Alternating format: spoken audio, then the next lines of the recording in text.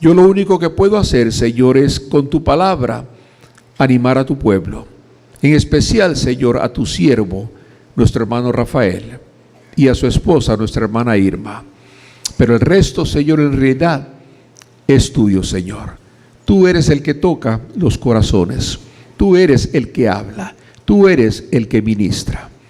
Úsame, pues, Señor, y úsanos a todos para que no solamente este ministerio, sino que cualquier ministerio con el cual tengamos contacto crezca, permanezca y sea fructífero para la honra y la gloria de tu nombre.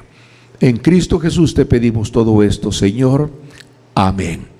Les decía que en esta mañana voy a estar hablando de, por decir, 3 elementos o 3 requisitos que un ministerio necesita para poder tener éxito.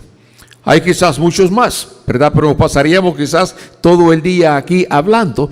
Solamente quería hablar de 3. Y miren lo que dice la palabra de Dios en 1 de Timoteo, capítulo 3, versículo 1. Y en la Biblia de las Américas lo dice de esta manera: palabra fiel es esta: si alguno aspira al cargo de obispo, buena obra desea hacer. Esa es la Biblia de las Américas: buena obra desea hacer. La Biblia Jubileo 2000 lo pone de esta manera: la palabra es fiel. Si alguno desea obispado, y la Biblia tiene entre paréntesis, dice pastores o ancianos, dice ministerio difícil desea. Uno dice buena obra desea, y la otra Biblia dice ministerio difícil desea. ¿Sabe? Una palabra no excluye a la otra, porque el ministerio es quizás lo mejor que hay en la vida de cualquier hombre. No hay ningún cargo en este mundo que sea más importante que ese llamado de Dios al pastorado. Sin embargo, es difícil. En el ministerio se van a encontrar quizás más sinsabores que recompensas. Sin embargo, permanecemos. Sin embargo, seguimos adelante. Como todos decían, 25 años son fáciles de decir. Yo conocí al hermano Rafael, no estoy seguro si fue a fines del 91 o a principios del 92. Y lo conocí en la Facultad de Teología. Él estaba comenzando a estudiar, también yo, ¿verdad? Ahí nos conocimos. Recuerdo siempre en los servicios que teníamos como de devocionales, que por medio de él, que ya hoy pues, sé que era el encargado de la alabanza aquí, fue que por primera vez escuché el canto de Renuévame.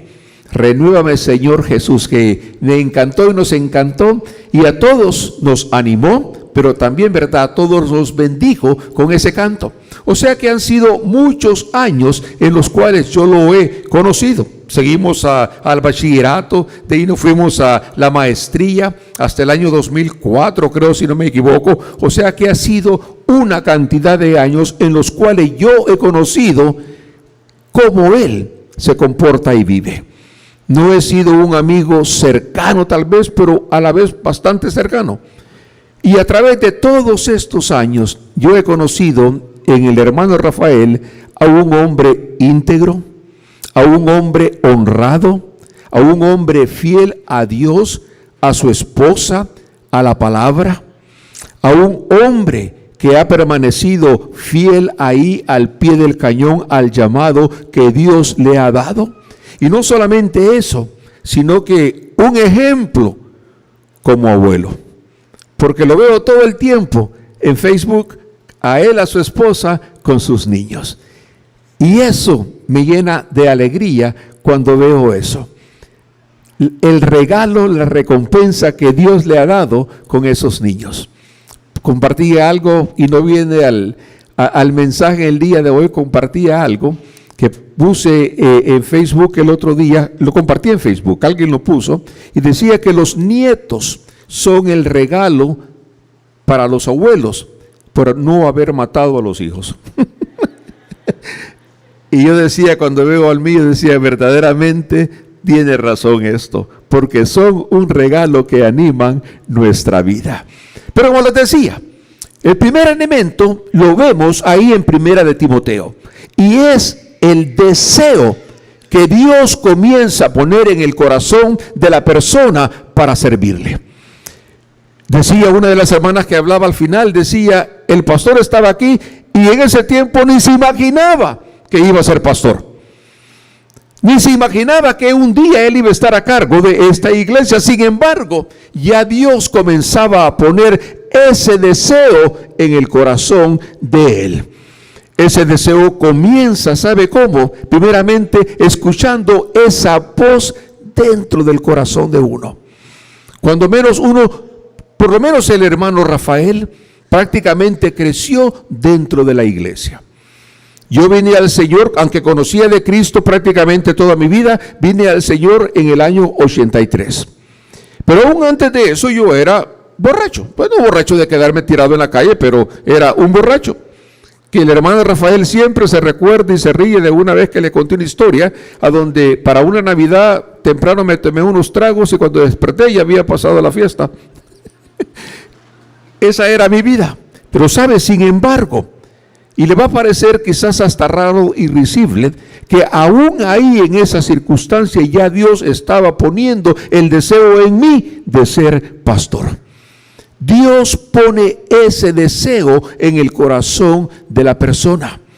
Dios pone ese deseo cuando la persona comienza a servir, comienza a guiar personas hacia las cosas de Dios, a que esta persona crezca espiritualmente hablando.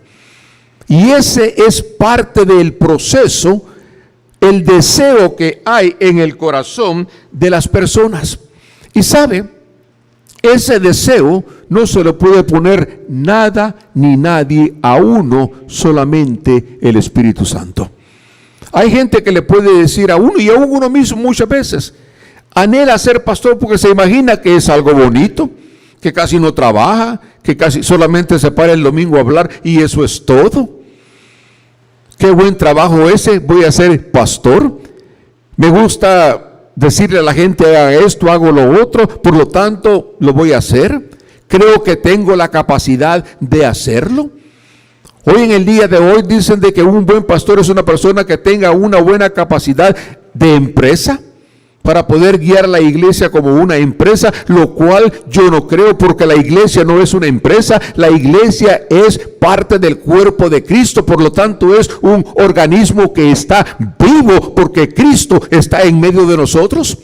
Por lo tanto, ese llamado solamente, esa voz solamente puede venir de parte de Dios. Ese deseo de servir a Dios. Él lo demostró preparándose en el día de hoy que venía escuchando en la radiodifusora 99.5, decía, si una persona quiere trabajar de abogado sin tener título, lo meten a la cárcel. Si un doctor quiere trabajar de doctor sin haber estudiado y tener su título, de igual manera lo meten a la cárcel. Pero un pastor puede ser pastor sin haber estudiado. Pero aún ahí se ve el deseo de la persona de prepararse mejor para servir a Dios primeramente, pero también a su pueblo. Pero sabe, el deseo no es todo lo que se requiere. Una persona puede tener el deseo en su corazón y puede ser que la motivación sea buena, pero si no hay un llamado de Dios, es en vano. Si no hay un llamado de Dios, y alguien hacía la referencia a Efesios en el capítulo 4, ¿verdad? A donde dice de que Dios a uno los instituyó para que fueran profetas, para que fueran apóstoles, para que fueran evangelistas, para que fueran pastores y maestros. Por lo tanto, el llamado tiene que venir de Dios. Yo donde he enseñado siempre trato de hacer el énfasis de que el llamado no lo da el instituto bíblico, el llamado no lo da el seminario, el llamado lo da Dios. El seminario y el instituto sirve para preparar a la persona en ese ministerio que Dios le ha dado. pero ese viene directamente de Dios. Y sabe, cuando Dios llama, no hay nadie que pueda quitar ese llamado excepto uno mismo. Y eso es algo, ¿verdad?, increíble. La palabra de Dios dice que el llamado de Dios es irrefutable, pero eso básicamente se refiere a la salvación, a ese llamado que nos llamó de las tinieblas a esa luz admirable. Y a ese llamado nadie nos lo puede quitar. Pero sabe que Dios puede llamar a alguien de aquí, no solamente al pastorado, sino que a cualquier ministerio. Y déjeme decirle, todos batallamos. Todos batallamos con ese llamado porque tenemos miedo. Yo predicaba el otro día acerca de ese miedo que destruye nuestras vidas. Y pensaba en Josué. El miedo, imagínense, de llenar, como decimos, los zapatos de Moisés. Era algo increíble que alguien, a su manera de verse, insignificante, pudiera tomar ese lugar. Y puede ser que Dios esté llamando a alguien aquí al pastorado, a evangelistas, a maestros, y estamos rehuyendo, o sea, ese llamado que Dios nos está haciendo. Por lo tanto, nosotros sí podemos negarnos, pero un día entregaremos cuenta delante de Dios, porque Él no nos va a quitar ese ministerio que nos ha dado. Usted puede rehusar y no hacerlo. El hermano aceptó el reto. Estaba joven, comenzando. No sabía, como dice aquí la Biblia Jubileo 2000, lo difícil que sería, o mejor, en un griego salvadoreño, no sabía a lo que se estaba metiendo. No sabía el embrollo al cual iba a entrar. Sin embargo, dijo, heme aquí estoy, Señor, moldéame, quizás no sé qué hacer. Sabe, yo comencé mi ministerio prácticamente al mismo tiempo que él. O sea que tenemos prácticamente los mismos años en el pastorado. Solo que soy un poquito celebrando todos los cumpleaños de agosto. Yo 1 de agosto oficialmente soy ya un senior citizen. Increíble cómo pasa el tiempo. Me acuerdo cuando yo conocí a Blanquita, a Frank, a Ruth, todos bien, tan jóvenes todavía, ¿verdad? Pero más jovencitos. El tiempo pasa. Y todo ese tiempo o sembramos en el ministerio, o regamos, o cosechamos, o no hacemos nada. El hermano dijo, no, Señor, aquí estoy. Tú me has llamado. Me comencé a preparar desde antes, quizás sin saber, porque ya sentía ese deseo en mi corazón. Y hoy que tú me estás llamando, aquí estoy. Porque sabe que aunque no sepa nada, Dios equipa. Dios a todo aquel que llama, lo equipa. Cierto, no todos vamos a tener quizás el conocimiento, la habilidad de un Spurgeon. Quizás no todos vamos a tener la oratoria de un Swindoll. Quizás no todos vamos a tener el conocimiento teológico de un MacArthur. Pero Dios a cada uno de los que llama nos equipa para la obra a la que nos llama. Y ese ha sido uno de los elementos que le ha dado éxito a la vida del pastor Rafael. Porque es maravilloso escuchar esos testimonios. Tengo 25 años, desde que él estaba. Es maravilloso. Porque eso es lo que hace un pastor. Meditaba cuando estaba sentado ahí, ¿verdad? En el Salmo 23, Jehová es mi pastor. La de las Américas dice mi Señor, digamos mi pastor, nada me faltará. Y ese es nuestro gran pastor. Pero Él pone pastores aquí en la tierra. Hombres que nos van a llevar, que nos van a guiar, que nos van a dar ese alimento para que siempre tengamos que comer. Para que cuando andemos en valle de sombra y de muerte no tengamos ningún temor, porque nuestro pastor de ahí arriba y el de aquí abajo estará con nosotros. Sabe que uno de los ministerios más bellos del pastor es el ministerio de presencia. Yo estoy seguro que en 25 años, el pastor Ramírez, como yo, han habido situaciones en las cuales uno no haya que decir. No haya que hacer menos. ¿Qué decir? Sin embargo, sabe que con solo hecho de estar presente, eso vale oro. Es la presencia de Dios. No que seamos igual que Dios, no, la presencia de Dios manifestada en la vida de ese siervo. Y eso viene con el llamado que Dios ha dado.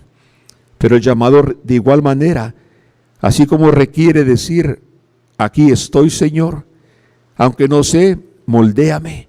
Sabe que el ministerio también significa renunciar a uno mismo. Cuando yo conocí al hermano Rafael,